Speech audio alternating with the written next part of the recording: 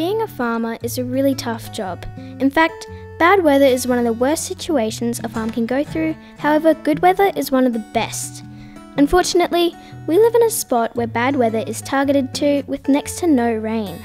My name is Josie O'Leary and I'm the daughter of 2 loving parents and the middle of 3 sisters.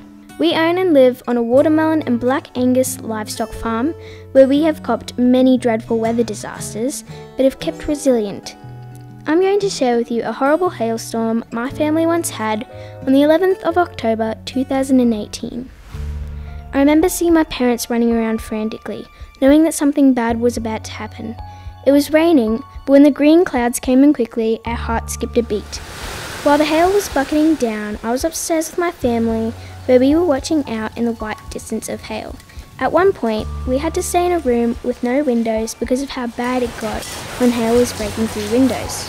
I couldn't help but think of how much hard work and time had gone into everything. It was so sad to watch it all get destroyed so quickly. We had just planted our crop for the year and all of that money was gone and we couldn't even do anything about it. After about 10 minutes, we started finding damage around the house and backyard.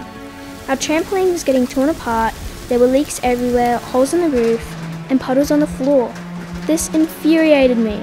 This wasn't just bad luck. We must have done something bad for it to happen. It lasted about 15 to 20 minutes, and when it was finally over, we drove immediately to our grandparents' house next door. No one was hurt, but their house looked like ours, full of problems. When we were about to start tearing up, Mum had asked us, "Why don't you make a hail man?" It's basically a snowman improvised with hail. I knew Mum told us this to try something new and cheer us up, and it worked. However, we needed to start cleaning up as soon as possible when the ice had melted.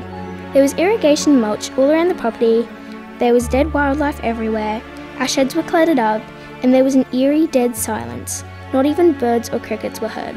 School the next day was the worst. I remember the teacher telling the class, "Everyone be nice to Josie. Her family had a hailstorm." And throughout the week, many peers were coming to me saying things without even thinking twice.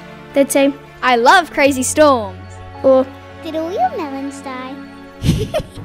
But despite all of the tough times, we are still growing watermelons, we still breed cattle, and our houses have been repaired to look as good as new. And yes, our trampoline is fixed now. But resilience to me means knowing that you can't have the good without the bad and not just giving up on something because it's hard.